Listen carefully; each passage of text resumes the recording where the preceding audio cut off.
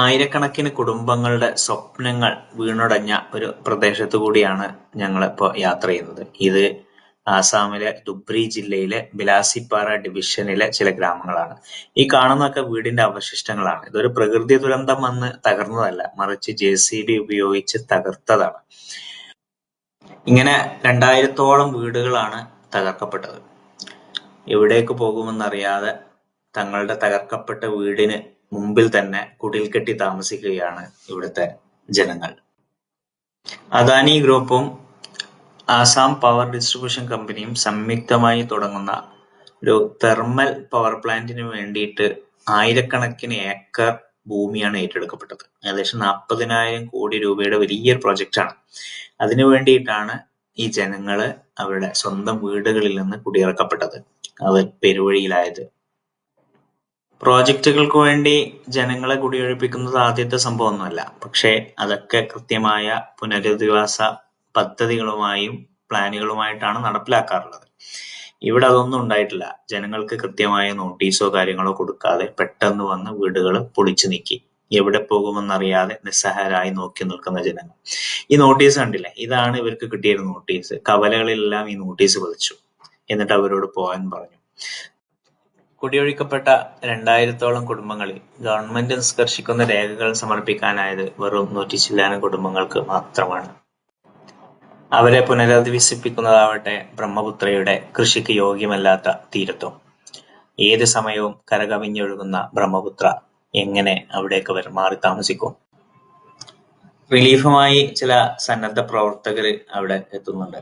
അതൊക്കെ ഒരു താൽക്കാലിക ആശ്വാസം മാത്രമാണ്. എത്ര കാലം ഇങ്ങനെ സന്നദ്ധ പ്രവർത്തകർ തന്ന ഭക്ഷണം കഴിച്ച് ജീവിക്കും? നിങ്ങൾ ഈ കാഴ്ച കണ്ടോ? ഒരു പാക്ക് ബിസ്ക്കറ്റിന് വേണ്ടിയുള്ള തിക്കും തിരക്കുമാണ്. കുട്ടികളും സ്ത്രീകളും ഒക്കെ. വല്ലാത്തൊരു കാഴ്ച തന്നെയാണ്. കുടിയിറക്കപ്പെട്ടവരുടെ വേദന അത് അവർക്ക് മാത്രമേ അറിയൂ.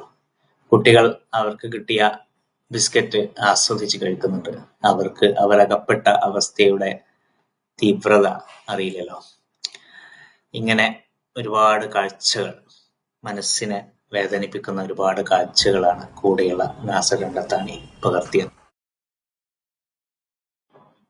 ഞങ്ങൾ യാത്ര തുടർന്നു. കാഴ്ചകൾക്ക് മാത്രം മാറ്റമില്ല. എല്ലായിടത്തും തകർക്കപ്പെട്ട വീടുകളുടെ അവശിഷ്ടങ്ങൾ മാത്രം. ഒരുപാട് ഹതഭാഗ്യരായ മനുഷ്യർ. ഇതാ റോഡരികിൽ ഇതാ പള്ളിയുടെ അവശിഷ്ടങ്ങൾ കാണുന്നു. ഞങ്ങൾ അവിടേക്ക് ഇറങ്ങിച്ചെന്നു. കാര്യങ്ങൾ അന്വേഷിച്ചു. ഈ പള്ളിയുടെ അനുബന്ധമായി ഒരു വിദ്യാഭ്യാസ സ്ഥാപനം ഇവിടെ ഉണ്ടായിരുന്നു. അതെല്ലാം തകർക്കപ്പെട്ടിരിക്കുന്നു.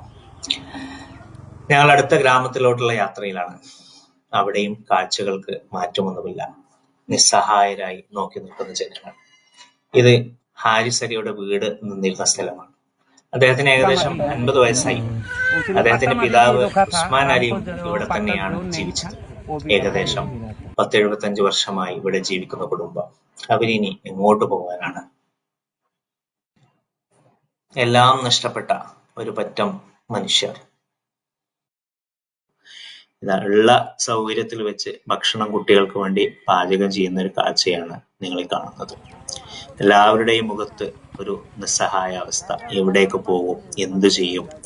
ഭാവി എന്ത്? ഒന്നിനും ഉത്തരങ്ങളില്ല. നിങ്ങൾ കാണുന്ന ഈ മുഖത്ത് നിങ്ങൾക്കത് വായിച്ചെടുക്കാൻ പറ്റും. ഒരു വലിയ സങ്കടകരമായ ഒരു കാഴ്ചയാണ്. അതിനിടെ ഇതാ ഒരു താൽക്കാലികമായിട്ടാണെങ്കിലും മഴ കൊള്ളാതെ കിടന്നുറങ്ങാൻ പറ്റുന്ന ഒരു ഷെഡ് ഉണ്ടാക്കുന്ന തിരക്കിലാണ് ഈ യുവാവ്.